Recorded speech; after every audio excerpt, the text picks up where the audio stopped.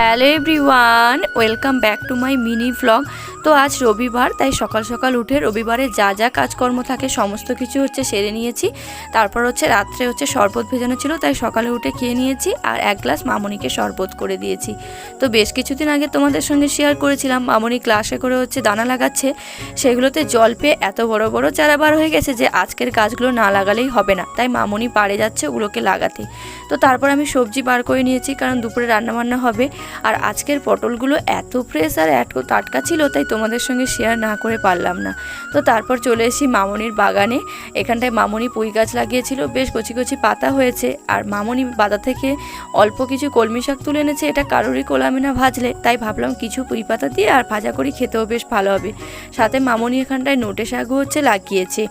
আর গ্রামে থাকার এই একটাই সুবিধা যে অনেক কিছু টাটকা টাটকা সবজি মানে খাওয়া যায়। আর আমার তো ভীষণ পছন্দ যে নিজেদের বাগান থেকে সবজি তুলে তুলে রান্না করব। আর তোমরা তো অনেকেই জানো, যারা আমার ভিডিও অনেক দিন থেকে দেখছো, যে আমি বাগান থেকে সবজি তুলতে কী ভালোবাসি, সেটা দিয়ে সঙ্গে সঙ্গে রান্না করতেও আরও পছন্দ করি।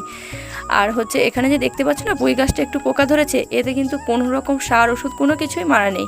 বাড়িতে খাওয়া হবে, তাই কোনো রকম সার ওষুধ দেওয়া হয়নি, তাই একটু পোকা ধরেছে, তাতে কি হবে, কিন্তু সবজিটা কিন্তু ভীষণ ফ্রেশ, ভাজা করার পর ভীষণ টেস্টি হয়েছিল। তো এরপর আমি সমস্ত আনাজগুলো কেটে নিয়েছি রান্না করার জন্য। চলো এগুলো সমস্ত কিছু ভালো করে ধুয়ে নিয়ে আর দুপুরে রান্নাটা বসিয়ে দিই। আজকে রান্না করব এই পুঁই পাতাগুলোকে ভাজা, আর বেগুন আলু চুনো মাছ দিয়ে চচ্চড়ি, পটল আলু মাছ দিয়ে ঝোল, আর একটু ডাল করব। তো তারপরে দুপুরে রান্না বান্নার পর খাওয়া দাওয়া সেরে নিয়েছিলাম। এখন বাজে সন্ধ্যে 6টা, আর মামনিকে দেখো আকর্ষে নিয়ে গাছে যে 2-4টে আম আছে সেগুলোকেও রাখবে না, পেড়ে নিচ্ছে।